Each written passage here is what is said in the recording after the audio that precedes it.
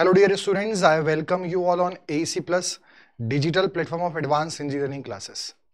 तो previous session के अंदर हमने फ्लूइड मैकेनिक्स में देखा था कि प्रेशर क्या होता है, प्रेशर में हाइड्रोस्टैटिक लॉ, पास्कल्स लॉ और पास्कल पैराडॉक्स क्या है। देन उसके बाद हमने प्रेशर मेजरमेंट डिवाइसेस पढ़ा कि प्रेशर को हम कैसे मेजर कर सकते हैं, और हमने कन्वेंशनल डिवाइसेस में बैरोमीटर, पीजोमीटर और मैनोमीटर पढ़ा, और मॉडर्न गेजेस के अंदर हमने जो बेलो गेज है, बर्डन गेज है, डायफ्राम गेज है और Pirani gauge, piezo electric transducer, strain gauge transducer क्या कब कंडीशन में यूज करते हैं, कौन सा लो प्रेशर, कौन सा हाई प्रेशर और कौन सा वाइड रेंज ऑफ प्रेशर के लिए सुटेबल डिवाइसेस है। अब आज से हम यहां पर जो आज टॉपिक स्टार्ट करने जा रहे हैं वो हम पढ़ रहे हैं pressure forces on the immerse surface. तो इमर्स सरफेस जो है यहां पर आज के सेशन में हम प्लेन सरफेस पर बात करेंगे, कर्व्ड सरफेस पर बात नहीं करेंगे। बट ये क्या टॉपिक है, क्या चीजें हैं वो समझेंगे। तो आप ये समझिए कि जैसे हमने प्रेशर के बारे में जान लिया और प्रेशर को कैसे मेजर करना हमने ये सीख लिया। अब जब प्रेशर ऑब्जेक्ट से इंटरेक्ट करता है, जब भी फ्लूइड स्टैटिक बॉडीज से इंटरेक्ट करता है तो दो कंडीशन बनती है, या तो 2D बॉडीज की या 3D बॉडीज की।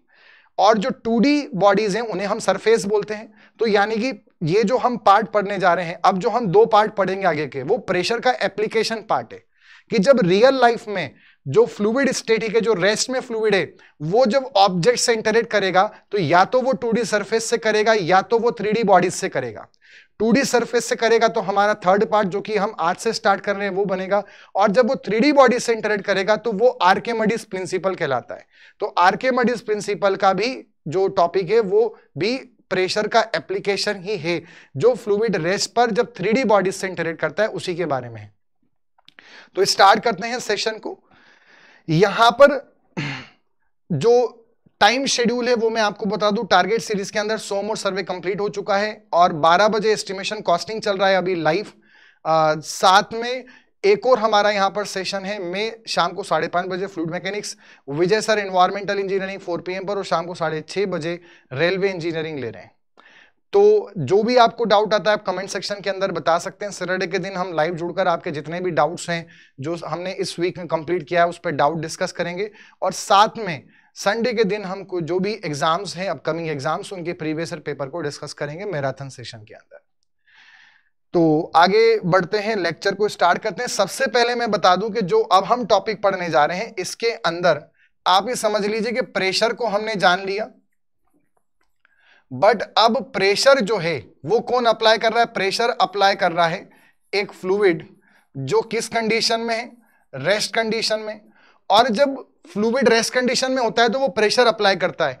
अब वो जो प्रेशर अप्लाई करेगा उसका जो इंटरेक्शन होगा वो दो चीजों के साथ होता है रियल लाइफ प्रॉब्लम के अंदर, या तो वो किसी 2D सरफेस से होगा या तो वो किसी 3D बॉडी से होगा, 3D ऑब्जेक्ट से होगा। अब आपके माइंड में डाउट आ सकता है कि सर जब फ्लूइड रेस्ट में है और वो किसी भी चीज से इंटरेक्ट करता है तो कोई भी जो चीज होती है इस यूनिवर्स में वो 3D होती है, तो फिर ये 2D वाली बात कहां से आ जाती है? तो देखिए सिंपल सा पॉइंट समझिए कि अगर हम बात करते हैं एक डैम की, डैम आप जानते हैं क्या होता है, और एक डैम है तो वहां पर हमने क्या कर रखा है, फ्लूइड को, एक रिजर्वायर है और रिजर्वायर में हमने डैम की मदद से फ्लूइड को स्टोर कर रखा है। तो जो पानी है, अब यहां पर जो डैम है, दिस इज द डैम। अब डैम एक्चुअल में कौन है? 3D है। क्या हम ये बोल सकते हैं कि डैम पानी में तैर रहा है? नहीं बोल सकते। डैम पानी में फ्लोट नहीं कर रहा है। क्या हम ये बोल सकते हैं कि जो डैम है वो आपका पानी में डूबा हुआ है? ये भी नहीं बोल सकते। हम ये बोल सकते हैं dam is constructed across the river. जो डैम है वो रिवर के अक्रॉस, रिवर के परपेंडिकुलर हमने डैम बना रखा है। तो क्या होता है, होता तो हर चीज 3D है, बट जब 3D ऑब्जेक्ट इंटरेक्ट करता है फ्लूइड रेस्ट से वो उस पर प्रेशर लगाता है, बट जो प्रेशर का इंपैक्ट है वो कहां पर आ रहा है?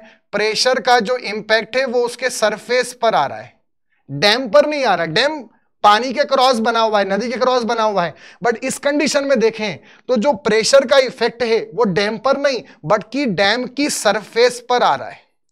और जो सरफेस होती है वो कैसी होती है, 2D होती है। तो जितने भी हमारे रियल लाइफ प्रॉब्लम हैं, जैसे डैम हो गया या कोई वाटर टैंक हो गया या कोई प्रेशर वेसल हो गया, इन सभी में इनकी दीवारों पर जो फ्लूइड प्रेशर लगा रहा है तो वो सरफेस पर लग रहा है, उस ऑब्जेक्ट पर नहीं, वो उस कंटेनर में नहीं, उस कंटेनर की सरफेस पर लग रहा है। डैम का जो गेट है तो वहां पर पूरे गेट पर नहीं, गेट की सरफेस पर प्रेशर लग रहा है। तो हमें उसका वहां पर फिनोमेना को समझना है। जो सरफेस है 2D जो है वो अलग अलग प्रकार की हो सकती है। सरफेस रेक्टेंगल भी हो सकती है, सरफेस स्क्वायर भी हो सकती है, सरफेस जो है वो सर्कुलर भी हो सकती है, सरफेस ट्राइंगल हो सकती है, कुछ भी हो सकती है।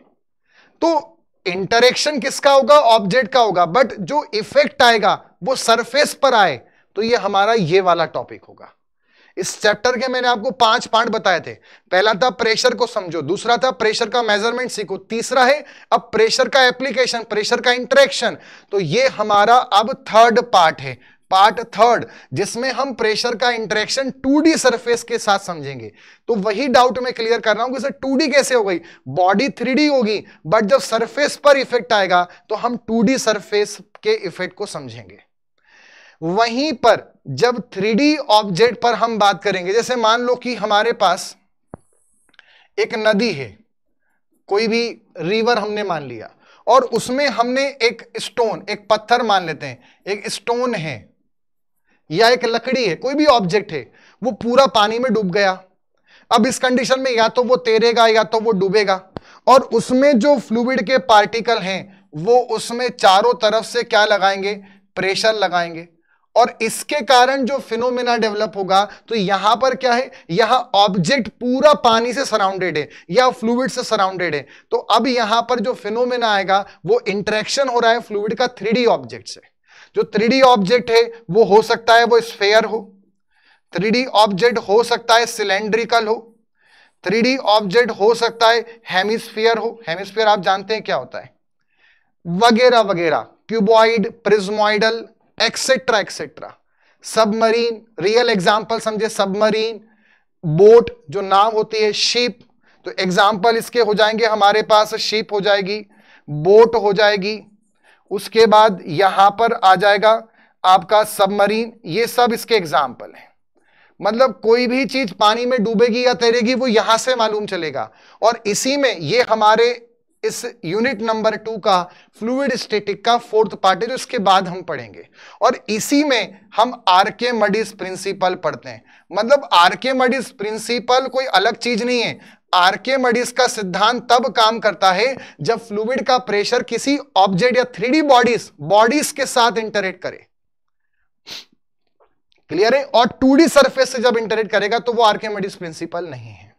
यहां पर हम मेनली, जैसे आपका जो डैम होता है, डैम का जो सरफेस है उस पर कितना प्रेशर आ रहा है, डैम की डिजाइनिंग इसके अकॉर्डिंग होगी, या फिर डैम में जो भी गेट बनते हैं या जो स्पिलवे हैं वो सब, या जो भी हमारे पास कंटेनर होते हैं जिनमें हम कोई फ्लूइड को स्टोर करेंगे, तो उनकी दीवार को जब डिजाइन करना है, वॉल मटेरियल को डिजाइन करना है, तो वो सब सारी चीजें इन पर बेस्ड होंगी। आई बात समझ में? जब भी हम किसी भी स्टोरेज या कंटेनर को डिजाइन करना चाहते हैं, डैम को डिजाइन करना चाहते हैं, डैम में लगने वाले गेट को डिजाइन करना चाहते हैं, तो हमें यह टॉपिक पढ़ना पड़ेगा। और जब भी हम ship, boat, submarine, hot air balloon, ना कि सिर्फ पानी में सोचो, आप सोचो हॉट एयर बलून जो हवा में चल रहा है ऊपर, उसमें भी एयर का प्रेशर लग रहा है, एरोप्लेन हो गया, हेलीकॉप्टर हो गया, वहां पे एयर का प्रेशर आ रहा है। तो ये सारी चीजें कहां पे आ जाएंगी, जब आपका फ्लूइड 3D ऑब्जेक्ट से इंटरेक्ट करे। सो अभी हम स्टार्ट करते हैं हमारा 3rd यूनिट। अब इसमें भी बात समझना, जब हम 2D सरफेस की बात करते हैं, किसकी बात करेंगे बच्चों, जब हम 2D सरफेस के इंटरेक्शन को समझेंगे, 2D सरफेस को हम प्लेन भी बोल सकते हैं, और प्लेन और उसको हम लेमिना भी बोल सकते हैं। प्लेन या लेमिना कौन कौन सा हो सकता है, अभी मैंने आपको बताया, rectangle, square, triangle, diamond, semi circle, circle, etcetera etcetera. तो अब यहां पर जब इंटरेक्शन होगा तो ये 2 प्रकार की हो सकती हैं। जो सरफेस होगा 2D सरफेस होगा, प्लेन होगा, लेमिना होगा, या तो वो प्लेनर होगा या तो वो प्लेन होगा या तो वो कर्व्ड होगा। मतलब सरफेस या तो प्लेन होगी या तो कर्व्ड होगी। कर्व्ड सरफेस मतलब मान लो ऐसी कोई सरफेस है, ठीक है, और इस सरफेस पर क्या लग रहा है, यहां पर फ्लूइड का प्रेशर लग रहा है। ऐसे फ्लूइड कंटेन है तो फ्लूइड यहां पर प्रेशर लग रहा है, ठीक है। तो कर्व्ड सरफेस वाला हमें टॉपिक पढ़ना है इसमें। मतलब जो हमारा थर्ड पार्ट है ये भी दो पार्ट में डिवाइड हो जाता है, एक तो प्लेनर सरफेस और एक कर्व्ड सरफेस। प्लेनर सरफेस भी अब तीन प्रकार की हो सकती है। प्लेनर सरफेस में तीन कंडीशन आ जाएगी, या तो जो सरफेस है वो वर्टिकल हो सकती है इमर्ज्ड, या तो वो जो सरफेस है वो आपकी हॉरिजॉन्टल हो सकती है, या तो जो सरफेस है वो इंक्लाइंड हो सकती है। जैसे मान लो कोई भी डैम वगैरह का गेट है या डैम है, तो उसकी जो सरफेस होगी वो कैसी होगी, वर्टिकल होगी, या जो सरफेस है वो कैसी होगी, हॉरिजॉन्टल होगी, या वो कैसी होगी, इंक्लाइंड होगी। इसका जो शेप है, ये सिर्फ लाइन दिख रही है, इसका जो शेप है आप समझना, या तो वो जो सरफेस है वो ऐसी होगी अंदर की तरफ, मतलब आपको देखने को मिलेगा है ऐसी वर्टिकल, ये ऐसी हॉरिजॉन्टल है, और ये ऐसी यहां पर इंक्लाइंड है। तो ये हमारे पास इस तरह से तीन प्रकार के प्लेनर सरफेस आ गए। तो अब हम इस सेशन में इन प्लेनर सरफेस की बात करेंगे। प्लेनर सरफेस में स्टैटिक फ्लूइड का इंटरेक्शन। हमें क्या पढ़ना है इस टॉपिक में, जो फ्लूइड स्टैटिक है वो बैठे बैठे क्या करे, करना है कुछ काम और लगाएगा क्या, प्रेशर। किस पर लगाएगा, 2D सरफेस पर, और वो किस पर आएगा, अभी हम क्या पढ़ रहे हैं, प्लेनर सरफेस के साथ क्या इंटरेक्शन होगा। उसका ओरिएंटेशन तीन प्रकार का हो सकता है, या तो वर्टिकल या हॉरिजॉन्टल या इंक्लाइंड। अब इसको हम समझने चलते हैं। देखिए, तो सबसे पहले मान लीजिए हमारे पास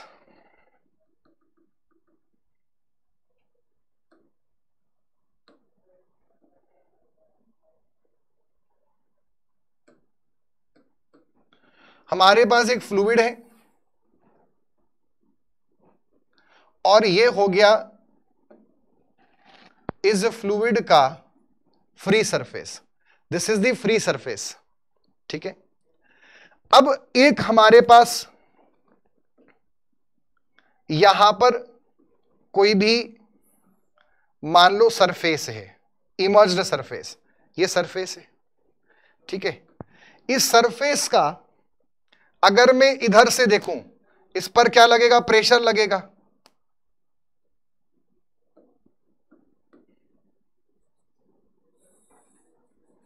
ये हमारे पास सरफेस हो गई ए बी। अब ये जो इस सरफेस है, ये एक्चुअल में एक लाइन आपको दिख रही है, हम साइड से देख रहे हैं, साइड व्यू है। बट अगर मैं इसको पूरा ऐसे व्यू देखूं तो ये जो सरफेस हमारे पास है, इट्स लाइक दिस, ये पूरी ऐसी कुछ सरफेस है। मान लो रेक्टेंगल सरफेस है, जरूरी नहीं कि रेक्टेंगल हो, ये होने में हमारे पास कैसी भी हो सकती है, ये रेक्टेंगल हो सकती है, ये हमारे पास स्क्वायर हो सकती है, ये हमारे पास ट्रायंगल हो सकती है, ये हमारे पास किसी भी शेप की हो सकती है। तो ये अभी हम साइड व्यू देख रहे हैं। जब मैं इस चीज को, जैसे आप इमेजिन करना, ये हमारे पास सरफेस ऐसी है, तो हम जब ऐसे देखेंगे तो लाइन दिखेगा, बट जब ऐसे देखेंगे तो हमारे पास एक लेमिना होगा जिसका अलग अलग आकार हो सकता है, ठीक है। तो ये मैंने इसका मान लिया, ये इसका विड्थ हो गया, ये इसका डेप्थ हो गया, ठीक है। और यहां पर एक ऐसा पॉइंट होगा, इसमें एक ऐसा पॉइंट होगा इसके अंदर, जहां पर इस सरफेस का एक इमेजिनरी पॉइंट होगा, जहां पर इसका टोटल एरिया कॉन्सेंट्रेट होगा। किसी भी 2D लेमिना का जहां टोटल एरिया कॉन्सेंट्रेट होता है उसको हम उसका सेंट्रॉइड बोलते हैं। क्या बोलते हैं, सेंट्रॉइड, सेंटर ऑफ एरिया। तो अब मान लो कि अगर हम ऐसे सीध मिलाएं तो जो सेंट्रॉइड है वो इसका यहां कहीं आ जाएगा ऐसे में, ठीक है। तो ये जो सरफेस से डूबी हुई है, ये अभी तो हमें कैसी दिख रही है, जो सरफेस है ये अभी तो हमें दिख रही है इंक्लाइंड है, और कितने एंगल पे इंक्लाइंड है, थीटा डिग्री पे इंक्लाइंड है। अगर ये वर्टिकल होगी अगर अभी ये इंक्लाइंड है तो इसका जो एंगल है थीटा होगा, और ये कहां से कहां तक लाई करेगा, 0 डिग्री से 90 डिग्री तक। अगर मैं इसी को ऐसे कर दूं तो इसका जो एंगल है, ये फ्री सरफेस से नापते हैं हम एंगल, तो अगर सरफेस खुद हॉरिजॉन्टल हो जाए तो वो उसके पैरेलल हो जाएगी। तो यानी कि अगर हॉरिजॉन्टल सरफेस होगी तो थीटा कितना हो जाएगा, 0 डिग्री। और अगर वर्टिकल सरफेस होगी तो आप जानते हैं इसको हम ऐसे कर देंगे तब वर्टिकल होगी, तो एंगल जो बनेगा फ्री सरफेस से वो 90 डिग्री बनेगा। मतलब जब एंगल 90 होगा तो वो वर्टिकल हो जाएगी, जब हॉरिजॉन्टल होगा तो वो 0 डिग्री एंगल कहलाएगा, और जब 0 से 90 होगा तो सरफेस इंक्लाइंड कहलाएगी। ठीक, ए उसका टॉप मोस्ट पॉइंट हो गया। अब यहां पर कुछ हमें 2-3 टर्मिनोलॉजी समझनी है। सबसे पहला पॉइंट, जो टॉप मोस्ट पॉइंट है इस सरफेस का वो कौन है, ए। उसका फ्री सरफेस से जो हाइट है, वर्टिकल हाइट, वो हमने मान लिया h। क्या मान लिया, h। What is h? h is the, what is h? h is the vertical height. Vertical height किसका, वर्टिकल हाइट ऑफ ए। कहां से, फ्रॉम फ्री सरफेस, जो फ्री सतह है वहां से टॉप पॉइंट की वर्टिकल हाइट। ऐसे ही जो इसका ये सेंट्रॉइड है, क्लियर, इसका जो वर्टिकल हाइट होगी ये वाली, इसका हमने सिंबल यहां लिया है h बार। क्या लिया है, h बार। यानी हमारे पास h बार क्या हो गया, it is the height of centroid. किसका, सेंट्रॉइड ऑफ सरफेस। कहां से नापना है, from free surface. Free surface से सेंट्रॉइड की हाइट। क्लियर है यहां तक? और वो भी कैसी हाइट है बच्चों, ध्यान रखना, वर्टिकल हाइट। ऐसे में भी नाप सकते हैं, इंक्लाइंड हाइट नहीं, वर्टिकल हाइट, वो h बार कहलाया। अब आप यहां पर एक पॉइंट समझना। अब ये जो हमारे पास सरफेस है, ये फ्लूइड यहां पर है, तो उस फ्लूइड के कारण इस पर कुछ प्रेशर तो हमेशा नॉर्मल टू सरफेस होता है, तो इस पर कुछ प्रेशर होगा। चूंकि हाइट कम है, प्रेशर तो वर्टिकल हाइट पर डिपेंड करता है, तो यहां पर हाइट कम है तो प्रेशर कम होगा, फिर यहां पर प्रेशर थोड़ा ज्यादा होगा, फिर यहां पर प्रेशर और ज्यादा होगा, फिर इस पर प्रेशर और ज्यादा होगा, फिर यहां पर आएंगे तो और ज्यादा होगा, फिर यहां पर आएंगे तो और ज्यादा होगा, और यहां पर आएंगे तो सबसे ज्यादा प्रेशर होगा। मतलब अगर इसको हम देखें तो जो प्रेशर डिस्ट्रीब्यूशन डायग्राम है वो ऐसा कुछ इसका बनने वाला है। ऐसा कुछ प्रेशर डिस्ट्रीब्यूशन डायग्राम होगा, मोर और लेस ट्रेपेजॉइडल लग रहा है प्रेशर डिस्ट्रीब्यूशन डायग्राम जो इस सरफेस पे लगेगा।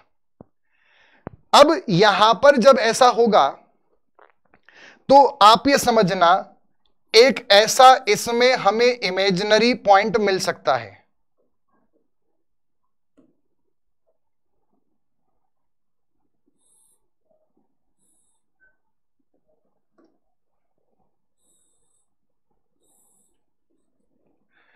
ये प्रेशर हो गया। अब ये जितना भी प्रेशर लग रहा है इस पर, यहां पर मान लो लग रहा है P1, और यहां पे जो लग रहा है सबसे बड़ा वो P2 हो गया। अगर इन सब प्रेशर का मैं इंटीग्रेशन कर दूं पूरे एरिया पर, इस पूरे एरिया पर प्रेशर का इंटीग्रेशन कर दूं, मतलब मैं कोई छोटा सा प्रेशर ले लूं, एक मान लो मैंने मान लिया DP, एक एलिमेंट पे जो लग रहा है, और अगर उसको मैं पूरे पे इंटीग्रेट कर दूं तो वो DP इंटू DA का इंटीग्रेशन। DA क्या हो गया, वो छोटा सा एरिया जहां पर हम बात कर रहे थे, DA हो गया छोटा सा एरिया, तो DP हो गया प्रेशर, तो प्रेशर इंटू एरिया क्या बनता है, फोर्स, तो वो हो गया स्मॉल सा फोर्स, जो छोटा सा फोर्स आ रहा है इस पर। अगर उस पूरे को मैं इंटीग्रेट कर दूं पूरी सरफेस पर, तो प्रेशर का जब इंटीग्रेशन करते हैं तो वो हमारे पास क्या बनेगा, टोटल फोर्स। क्या बनेगा, टोटल फोर्स। तो वो जो टोटल फोर्स यहां पर लगेगा वो एक इमेजिनरी पॉइंट से पास होगा।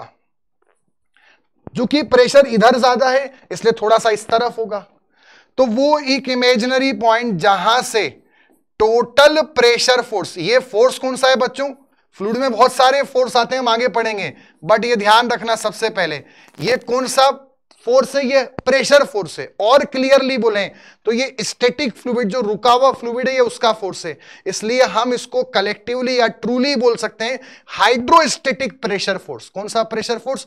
Hydrostatic pressure force. ये किसका है? एक एलिमेंट का है या इस पूरी सरफेस पर जो आ रहा है, इस पूरी सरफेस जो एक्सपीरियंस कर रही है due to this static fluid, this is F, ये टोटल है। और इस पर जो आ रहा होगा छोटा सा, वो कौन होगा? डीएफ। डीएफ कितना होगा? पीडीए। जब पूरे में इंटीग्रेशन कर दूंगा, जोड़ दूंगा सबका एक एक का निकाल के, तो वो एफ बन जाएगा और वो टोटल प्रेशर फोर्स हो गया। अब एक इमेजिनरी पॉइंट जहां पे उस 2D लेमिना का एंटायर एरिया कॉन्सेंट्रेटेड था, वो हमारा सेंट्रॉइड कहलाया। तो ये भी तो एक इमेजिनरी पॉइंट है जहां पर इसका टोटल फोर्स एक्सर्ट कर रहा है। ये जो इमेजिनरी पॉइंट है, इसको हम बोलते हैं सेंटर ऑफ प्रेशर। क्या बोलते हैं? Centre of pressure. आ गई बात समझ में? अब ये जो सेंटर ऑफ प्रेशर है, इस पॉइंट में कहीं ना कहीं यहां लाए कर रहा होगा। ये तो मैंने डमी यहां दिखा दिया, लाए तो इस बॉडी में कहीं ना कहीं कर रहा होगा।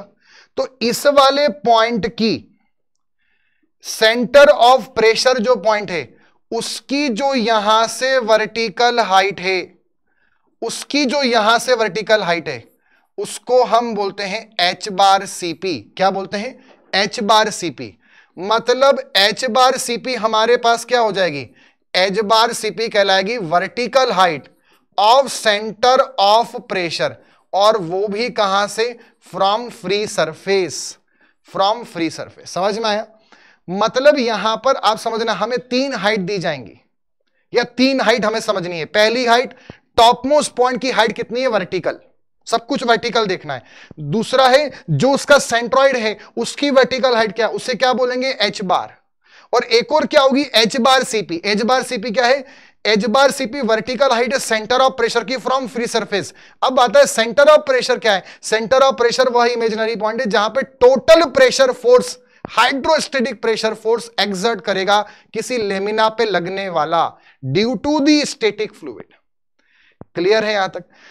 तो ये जो हमारे पास ये जो टोटल प्रेशर फोर्स आता है, जिसको हम हाइड्रोस्टैटिक प्रेशर फोर्स भी बोल सकते हैं। क्या बोल सकते हैं?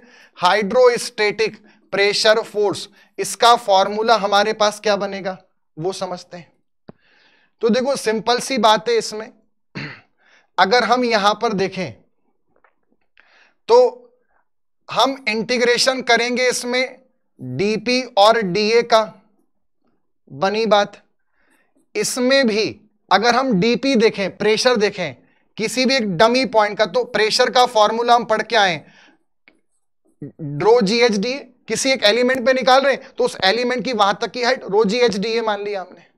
रो जी कांस्टेंट है, बाहर निकाला, इंटीग्रेशन डीए और डीएच हो गया, इंटीग्रेशन डीए इंटू डीएच, या इसको एच लिख दें सिर्फ, एच डी ए। तो हमने ये पढ़ा हुआ है, कहां पे पढ़ा है? मैकेनिक्स में। अगर आपको मैकेनिक्स में एक हम थ्योरम पढ़ते हैं, वेरिग्नॉन थ्योरम, अगर आपको वो वेरिग्नॉन थ्योरम याद हो तो वो बोलती है कि अगर हम a1y1 plus a2y2 plus a3y3 plus a4y4 so on बराबर टोटल एरिया इंटू y बार, किसी को भी जोड़ना इंटीग्रेशन होता है। तो अगर हम एरिया इंटू उसकी दूरी प्लस दूसरा एरिया उसकी दूरी तीसरा एरिया सबको जोड़ें, तो अल्टीमेटली वो सरफेस का टोटल एरिया इंटू वाई बार मतलब उसकी सीजी की दूरी के बराबर होगा। तो हम इसको बोल सकते हैं rho G total area of the surface into में एच बार, क्योंकि एच बार क्या था? सेंटर ऑफ सरफेस जो सेंट्रॉइड था उसकी दूरी हो जाएगा एच बार। क्लियर है यहां तक? तो ये हो गया हमारा टोटल प्रेशर फोर्स का फॉर्मूला। यही same formula vertical, inclined, horizontal सब पर यही फॉर्मूला लगेगा, अलग अलग नहीं लगेगा। ऐसा क्यों? क्योंकि इन तीनों में एंगल का अंतर था, और आप जानते हो ये वाला एंगल पे डिपेंड ही नहीं कर रहा है, इसमें एंगल आ ही नहीं रहा है, मतलब ये तीनों के लिए सेम होगा। कर्व्ड सरफेस का बाद में पढ़ेंगे, बट पहले हम यहां पर बात किसकी कर रहे हैं? प्लेन सरफेस की। वहीं पर जब हम इसमें जो एच बार सीपी है वो निकालना चाहेंगे, तो वर्टिकल, इंक्लाइंड और हॉरिजॉन्टल तीनों के लिए उसका जो फॉर्मूला आएगा वो ध्यान रख रहा हूं, मैं आपको बता रहा हूं, H bar plus I G X X sine square theta upon A H bar. अभी आई जी साइन थीटा आपको पता है, थीटा क्या है, इंक्लाइंड के लिए 0 से 90 के बीच में, वर्टिकल के लिए 90 रखेंगे और हॉरिजॉन्टल के लिए 0 रखेंगे। एच बार आप जानते हो क्या है, एरिया भी आप जानते हो, आई जी एक्सेस क्या है। तो जो भी हमारे पास लेमिना है, मान लो ये हमारे पास रेक्टेंगल था अभी जो हमने एग्जांपल लिया था, तो उसके अकॉर्डिंग समझे, तो जहां उसका सेंट्रॉइड है उससे जो एक्सिस पास हो रही है उसका inertia, moment of inertia, I G X X. So this is the moment of inertia about centroidal axis axes. भाई एक सेंट्रॉइडल तो वाई वाई भी होगी, बट वो नहीं, एक्स एक्स वाली, हॉरिजॉन्टल वाली। और उसका जो है रेक्टेंगल में अगर एग्जांपल देखें तो क्या वैल्यू होती है, बी डी क्यूब बाई 12। मतलब बी डी क्यूब बाई 12 लेना है, डीबी क्यूब बाई 12 नहीं लेना है। हॉरिजॉन्टल सेंट्रॉइडल एक्सिस के अबाउट मोमेंट ऑफ इनर्शिया। तो ये हमारे पास यूनिवर्सल फॉर्मूला हो गया वर्टिकल, इंक्लाइंड, हॉरिजॉन्टल के लिए। और जो फोर्स हमने समझा वो हमारे पास यूनिवर्सल फॉर्मूला हो गया ये। फोर्स एंगल का फंक्शन नहीं है, एच बार सीपी एंगल का फंक्शन है। एच बार सीपी एक ही सरफेस का अलग अलग कंडीशन में, एक ही एरिया का अलग अलग कंडीशन में अलग अलग हो सकता है, क्योंकि वो एंगल का फंक्शन है, बट फोर्स एंगल का फंक्शन नहीं है, फोर्स हमेशा सेम होगा। अब इसको हम यहां पे समझते हैं जितना अभी हमने पढ़ा। तो अभी हम जो जिस दुनिया में एंटर करने जा रहे हैं वो कौन सी है, फ्लूइड रेस्ट वाली कंडीशन है, फ्लूइड स्टैटिक। मींस ये जो टॉपिक हम पढ़ने जा रहे हैं deals about the fluid at rest. मतलब यहां पे कोई रिलेटिव मोशन नहीं होगा, मतलब यहां पर du बाई डी वाई हमेशा क्या होगा, 0, मोशन नहीं होगा। तो शियर स्ट्रेस की वैल्यू भी यहां पर क्या आएगी, 0। मतलब जो हम ये पढ़ने जा रहे हैं 2D बॉडी वाला और 3D वाला, यहां पर रेस्ट कंडीशन है, हाइड्रोस्टैटिक कंडीशन है, और यहां शियर स्ट्रेस कितना होगा, 0। सिर्फ यहां पर एक ही चीज होगी और वो क्या है, प्रेशर। और प्रेशर का जो वैल्यू होगी किसी भी पॉइंट पर वो कितनी होगी, रो जी एच। और प्रेशर का जब मैं इंटीग्रेशन करूंगा किसी भी सरफेस के लिए या 3D बॉडी के लिए जब लूंगा, पूरे पर इफेक्ट दिखूंगा, तो वही मेरा फोर्स बन जाएगा। वो कैसा फोर्स होगा, उसे प्रेशर फोर्स बोलेंगे। और किस नाम से जान सकते हैं, और उसको हम जान सकते हैं हाइड्रोस्टैटिक प्रेशर फोर्स। अब आपके मन में एक डाउट आ सकता है, सर हाइड्रो मतलब पानी होता है, स्टैटिक मतलब रेस्ट होता है, स्टैटिक कंडीशन में प्रेशर फोर्स से नाम समझ में आया, हाइड्रो क्यों लगाया। मान लो सर अगर कोई हम ऑयल में कोई सरफेस को इमर्स करेंगे, क्या तब भी उसको हाइड्रोस्टैटिक बोलेंगे, बिल्कुल यही बोलेंगे। मैं मानता हूं कि हाइड्रोस्टैटिक मतलब है पानी जब रेस्ट में हो, बट चूंकि मोस्ट ऑफ प्रॉब्लम्स हमारी वाटर संबंधित है, इसलिए इसका जनरल नेमिंग हाइड्रोस्टैटिक रख दिया गया। बट हो सकता है कि फ्लूइड जरूरी नहीं कि वाटर हो, कोई और भी हो सकता है, बट इसका जनरल नाम हाइड्रोस्टैटिक रख दिया गया है।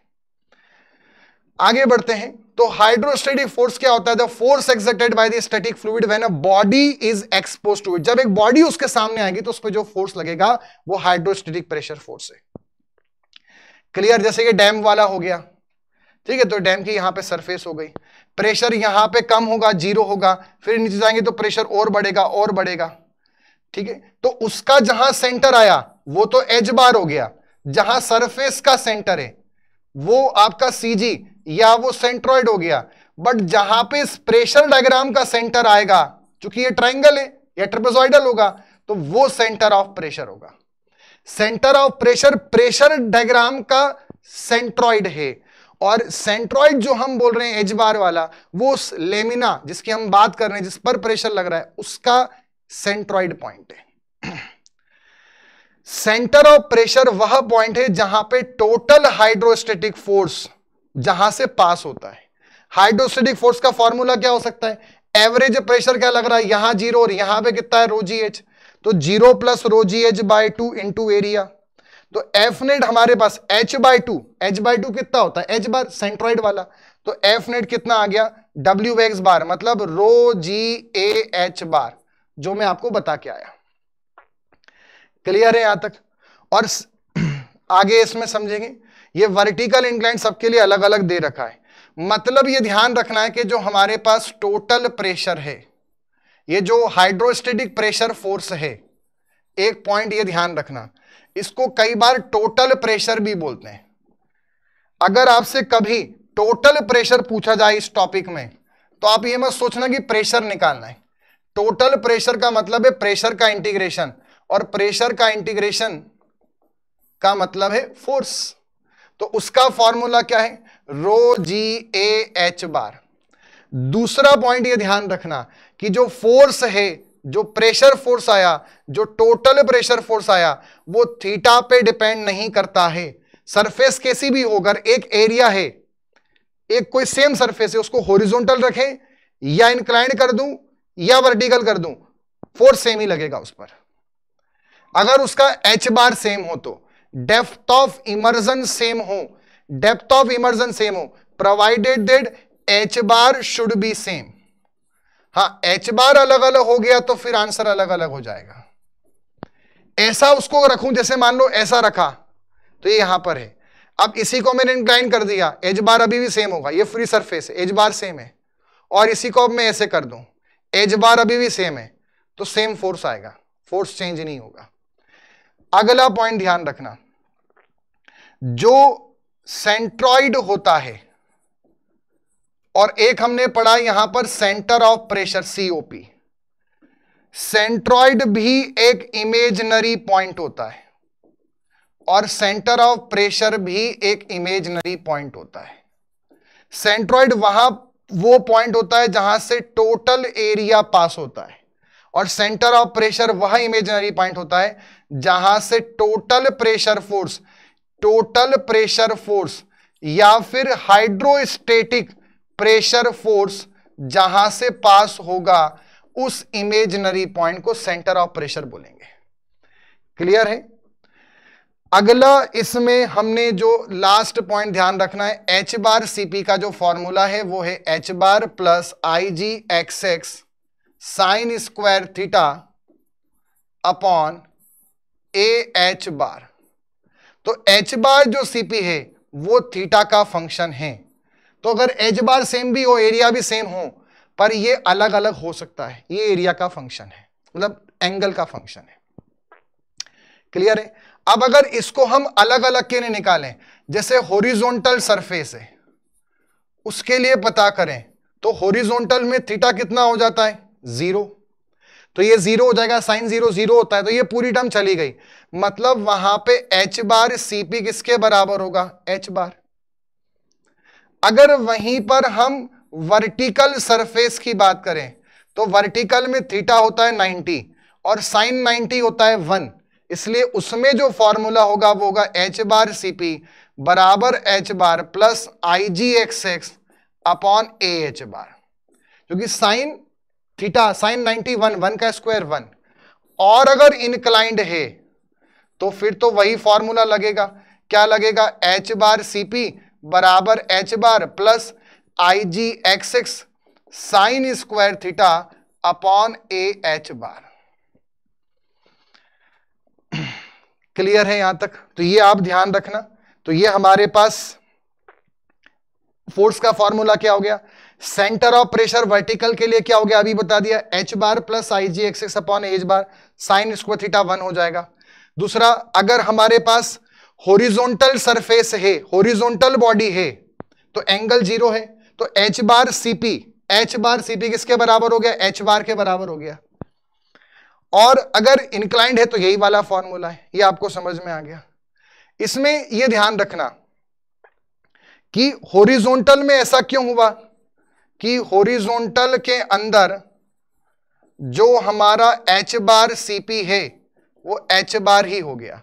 ऐसा क्यों हुआ, उसका रीजन सिंपल सी बात है। देखो, मान लो ये हमारे पास एक फ्री सरफेस है, ठीक है, और ये हमारे पास एक लेमिना है, ठीक है, ये ऐसे हमारे पास एक 2D सरफेस है, और ये हमने ए बी मान लिया, ये एक सरफेस है। तो इस सरफेस का आप बताओ सेंट्रॉइड का है, ये इसका सेंट्रॉइड है, ये सेंट्रॉइड है, तो ये जो डिस्टेंस है वो कौन बनेगी, एच बार बनेगी। अब जरा कॉमन सेंस लगाओ, हम जानते हैं कि पास्कल लॉ के अकॉर्डिंग प्रेशर वर्टिकल डायमेंशन में चेंज होता है, बट हॉरिजॉन्टल में तो सेम होता है। तो आप ये देखो, अगर मैं इसका प्रेशर डिस्ट्रीब्यूशन डायग्राम बनाऊं, तो यहां पर सभी पॉइंट पर प्रेशर तो क्या आएगा, सेम, क्योंकि हाइट सेम है, रो जी एच। अब जब सेम है तो इसका जो सेंट्रॉइड, इसका जो सेंटर आएगा प्रेशर डायग्राम का, वो भी तो वही होगा। तो ये आपका सेंटर ऑफ प्रेशर हो गया, और सेंटर ऑफ प्रेशर की जो हाइट होती है वो एच बार सीपी होती है। तो आप कुछ सोचो, एच बार सीपी किसके बराबर आना चाहिए, एच बार के बराबर आना ही चाहिए। मतलब हमारा रिजल्ट क्या है, सही, क्योंकि जब ऐसा है तो प्रेशर हर जगह सेम, तो डायग्राम रेक्टेंगल बनेगा, तो सेंटर भी बीच में आएगा, तो जो एच बार सीपी है वही एच बार हो जाएगा। बाकी कंडीशन में नहीं होगा, क्योंकि बाकी कंडीशन में हमारी जो सरफेस है वो ऐसी है मान लो, तो उसमें जो उसका सेंटर है वो तो ये होगा, तो वो तो एच बार होगा, बट जो प्रेशर डायग्राम है वो थोड़ा सा ऐसा कुछ बनेगा। अब जब प्रेशर डायग्राम ऐसा कुछ बनेगा तो उसका सेंट्रॉइड ये आएगा, तो अब इस केस में एच बार सीपी ये हो जाएगा। मतलब कि अदर केसेस की अगर हम बात करें तो अदर केसेस में एच बार सीपी हमेशा बड़ा होगा एच बार से, वर्टिकल और इंक्लाइंड में। हॉरिजॉन्टल में दोनों सेम होंगे, हमेशा रेशो 1 से बड़ा आएगा, और ये हमेशा 1 आएगा। लास्ट पॉइंट हम यहां पे देख लेते हैं, centre of pressure will be below the centre of gravity because pressure intensity is more below the centre of gravity. तो ये अभी हमने समझ लिया, एच बार सीपी नीचे आएगा एच बार। दूसरा, in case of plane vertical surface, एक वर्टिकल सरफेस है तो उसका सेंटर ऑफ ग्रेविटी और सेंटर ऑफ प्रेशर जो है वो लगभग सेम हो जाते हैं, almost same, when depth of immersion is very large. अगर मैं किसी वर्टिकल सरफेस को बहुत नीचे तक लेके जाऊं, एकदम समुद्र की अनंत गहराई में ले जाऊं, तो एच बार सीपी और एच बार सेम हो जाएंगे। इस बात का क्या मतलब है उसको समझते हैं। तो मैं सेकंड कंडीशन का भाई समझा रहा हूं, ऐसा कैसे हो जाएगा वो समझना। अगर मान लो हमारे पास सरफेस है और हमारे पास ये एक सरफेस है, इसको मैं समुद्र में बहुत नीचे तक लेके चला गया, तो जो एच बार है वो लगभग कितना हो जाएगा, इनफाइनाइट हो जाएगा। अब आप इसमें समझना, मैं यहां पे लिखूंगा एच बार सीपी का फॉर्मूला बराबर, इसका फॉर्मूला होता है हमारे पास H bar plus I G X X, sign तो 90 होता है या 1 होता है, upon A H bar, vertical surface है। अब इसमें से मैं एच बार सीपी में से इसको इधर बुला लेता हूं, तो ये एच बार हो जाएगा, बराबर कितना हो गया, I G X X upon A H bar. अब जब बहुत नीचे लेके जा रहा हूं तो एच बार लगभग इनफाइनाइट हो गया। जब ये टर्म इनफाइनाइट होगी तो ये पूरी टर्म समथिंग अपॉन इंफिनिटी कितना हो जाता है, 0। तो दो बातें यहां ध्यान रखनी, जब डेप्थ ऑफ इमर्जन बहुत लार्ज हो तो पहली बात, एच बार सीपी और एच बार का जो ये डिफरेंस आ रहा है, क्या आ रहा है, डिफरेंस किसका, सेंटर ऑफ प्रेशर एंड किसका, सरफेस का सेंट्रॉइड, ये बढ़ेगा या कम, ये पूछते हैं। तो अगर ये डिफरेंस देखें तो ये जो डिफरेंस है H bar CP minus H bar upon I G X X upon A H bar, तो जैसे जैसे नीचे लेके जाएंगे ये बढ़ेगा तो डिफरेंस कम होगा। तो अगर डिफरेंस पूछेंगे तो आप आंसर टिक करना डिक्रीजेस। और दूसरा, अगर बहुत ही इनफाइनाइट ले गए तो ये लगभग 0 हो गया, तो ऐसे केस में एच बार सीपी एच बार के बराबर हो जाएगा। ये दो बात आपको ध्यान रखनी है, इससे संबंधित पूछ सकते हैं। अगर किसी वर्टिकल सरफेस को, फिर रिपीट कर रहा हूं, अगर किसी वर्टिकल सरफेस को बहुत नीचे तक लेके चले गए इंफिनिटी पर, तो जो जैसे जैसे नीचे लेके जाएंगे वैसे वैसे इनका डिफरेंस कम होगा, क्योंकि ये इसके इनवर्सली प्रोपोर्शनल है। जब नीचे जाएगा तो एच बार भी बढ़ेगा, तो डिफरेंस कम होगा। और दूसरा, जब नीचे ले गए इंफिनिटी पर तो ये लगभग 0 हो जाएगा अप्रॉक्सीमेटली, तो वो लगभग सेम हो जाएंगे। तो आई होप ये आपको पूरा समझ में आ गया। अब हम यहां पे अलग अलग शेप के लिए यहां पर सेंटर ऑफ प्रेशर समझ लेते हैं। पहला हमारे पास बॉडी है, पहली बॉडी है हमारे पास रेक्टेंगल। तो रेक्टेंगल ये हम मान लेते हैं कि इसमें फ्री सरफेस पर ही है, जो टॉप सरफेस है रेक्टेंगल की वो फ्री सरफेस से कॉइंसाइड कर रही है। तो ये कुछ अलग अलग केसेस का सेंटर ऑफ प्रेशर एग्जाम में पूछते हैं, उनको समझ लेते हैं। अगर हम सेंटर ऑफ प्रेशर निकालें तो पहले यहां पर ये तो आ जाएगा आपका एच बार, तो इसमें एच बार कितना हो जाएगा d/2, ये हो जाएगा IG(x)(x). तो इसका ये आ जाएगा h बार Cp जो आएगा वो आएगा d/2 प्लस IG कितना होता है BD³/12 अपॉन में एरिया कितना होगा BD अपॉन h बार कितना होगा d/2। सिंप्लीफाई करेंगे इसको, इससे कैंसिल करेंगे, ये आएगा d/6 और ये d/2, दोनों को जोड़ेंगे तो आएगा 2d/3। मतलब हमारे पास ये वैल्यू कितनी आ गई 2d/3। अगली हमारे पास कंडीशन है, अगर हमारे पास एक ट्राइंगल है इस तरह से कि ट्राइंगल का ये जो होता है इसे एपेक्स बोलते हैं।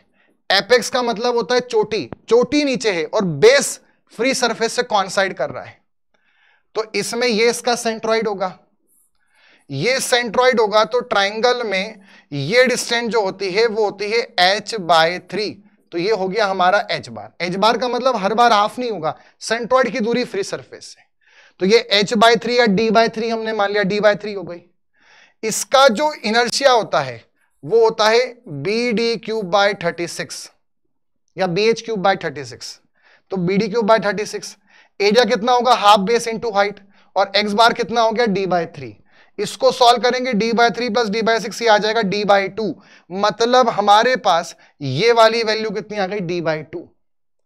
अगला, अब तीसरी कंडीशन, एक और ट्राइंगल है बट अब उसका जो एपेक्स है वो फ्री सरफेस से कॉइंसाइड कर रहा है, तो अब ये सेंट्रॉइड आएगा, तो इसकी जो हाइट है ये 2h/3 होगी, तो अब ये h बार कहलाएगा, तो ये हो गया 2h/3। इनर्शिया अभी भी वही होगा BD³/36, उसमें चेंज नहीं आएगा, upon half BD 2d/3। Simplify करेंगे 3d/4, तो ये हमारे पास आ गया 3d/4। लास्ट कंडीशन है सर्कल की, अगर सर्कल जो है वो डूबा हुआ है, ठीक है, तो इसमें यहां पर सबसे पहले इसका ये सेंट्रॉइड है, तो ये जो डिस्टेंस है ये हो जाएगा d/2, तो ये d/2 हो गया, प्लस इनर्शिया हो गया πd⁴/64 अपॉन एरिया हो गया π/4d², और इनटू में h बार यहां पर आ गया d/2, h बार कितना आ गया d/2। इतना समझ में आया? एरिया आप जानते हैं सर्कल का d/2 प्लस d/8, तो ये आंसर आ गया 5d/8, तो ये 5d/8। मतलब ये आपको डायरेक्टली इसमें ध्यान रखना है कि इन सब का जो होगा 2d/3, d/2, 3d/4 और 5d/8, ये चार इसमें इसके आंसर होंगे। इनको आप डायरेक्टली याद रखें, ये पूछे जाते हैं मोस्ट ऑफ एग्जाम्स में। एक क्वेश्चन है हमारे पास, देख लेते हैं फटाफट से। Vertical gate is 6x6 meter, holds water on one side with free surface on its top, the movement about the bottom edge of the gate due to water force. हमारे पास क्या है, एक गेट है, इसका टॉप सरफेस फ्री सरफेस से coincide कर रहा है। ये जो गेट है ये इस प्रकार से कुछ है, इधर भी 6 है, यहां भी 6 मीटर है, तो इस पर क्या होगा, इस सरफेस पर यहां से एक फोर्स लगेगा, ठीक है। फोर्स की यहां से जो हमारे पास हाइट है वो कितनी होगी h बार Cp, तो ये उसका बेस है या बॉटम है, तो इसके अबाउट पे इसका कितना मोमेंट आएगा ये पूछ रहा है वो। तो मोमेंट का सिंपल सा मतलब है फोर्स इनटू, अगर मैं ये डिस्टेंस निकाल लूं तो मल्टीप्लाई कर दूंगा। सबसे पहले फोर्स निकालना पड़ेगा, तो फोर्स का फॉर्मूला हमने क्या पढ़ा है, रो जी AH बार, AH बार, तो रो जी को हम रो जी रहने देते हैं। एरिया कितना होगा 6 × 6, H बार कितना होगा, इसका जहां सेंट्रॉइड है ये होगा 3 पर, एकदम कॉइंसाइड कर रहा है, तो ये डिस्टेंस हो जाएगी 3 मीटर, और वर्टिकल है इसलिए यही H बार हो जाएगा, वर्टिकल सरफेस है, तो ये हो गया हमारे पास 3 मीटर। तो ये कितना आ गया 36 और 3, 36 × 3 हमारे पास ये आ जाएगा 108 रो जी, ये आ गया फोर्स, इतना न्यूटन में। अब हमें मोमेंट निकालना है, उसके लिए पहले क्या निकालना पड़ेगा, h बार Cp। अभी रेक्टेंगल सरफेस अगर टॉप से कॉइंसाइड करती है तो उसका जो आता है वो हमारे पास कितना आता है 2d/3 आता है, ठीक है, कितना आता है 2d/3, ये अभी हम पढ़ के आए। तो h बार Cp आ गया 2 × 6/3, तो ये आ गया 3 × 2 = 6, मतलब ये कितना हो गया 4 मीटर। अगर ये 4 हो गया इस पूरे 6 में से, तो ये वाला कितना हो जाएगा 6 - 4 मतलब 2 मीटर। तो जो मूवमेंट आएगा अबाउट बेस वो होगा फोर्स इंटू ए, मतलब वो हो जाएगा 108 रो जी इंटू में 2 मीटर, और 108 का डबल कितना होगा 216, तो वो आ जाएगा 216 रो जी। रो जी को हम गामा भी बोल सकते हैं, इन्होंने वो गामा के फॉर्म में कर दिया, ये गामा है स्पेसिफिक वेट, तो सही आंसर हो जाएगा डी। तो आई होप आपको ये समझ में आया हो। अभी इस सेशन के अंदर हमने डिस्कस किया कि जो प्रेशर फोर्सेस आते हैं वो हम 2D सरफेस पर पढ़ेंगे, उसमें अभी हमने हमारा फर्स्ट पार्ट जो है वो कंप्लीट किया, यानी कि प्लेन सरफेस। अब नेक्स्ट सेशन के अंदर हम 2-3 कुछ और न्यूमेरिकल इसमें देखेंगे, साथ में फिर कर्व्ड सरफेस पर हम डिस्कशन करेंगे। तो मिलते हैं नेक्स्ट लेक्चर के अंदर। इसी तरह से अगर आप डिटेल में पढ़ना चाहते हैं तो आप सार्थक बैच को ज्वाइन कर सकते हैं। सभी एग्जाम्स के लिए विजय बैच अवेलेबल है, नॉन टेक्निकल सब्जेक्ट्स के लिए नॉन टेक महापिक, और एसएससी जेईई की टेस्ट सीरीज भी अलग अलग अवेलेबल है, तो उसको जाके आप एसी एप्लीकेशन से चेकआउट कर सकते हैं। आज के सेशन का पीडीएफ आपको AC plus app and YT discussion channel पर मिलेगा, इसको आप ज्वाइन करें, सब्सक्राइब करें, और जितने पुराने पीडीएफ है वो भी आप यहां से देख सकते हैं। अगर आपने एफएम के लेक्चर अभी नहीं देखे तो कंप्लीट प्लेलिस्ट अवेलेबल है, उनको देखिए। मिलते हैं नेक्स्ट सेशन के अंदर। Till then goodbye and take care.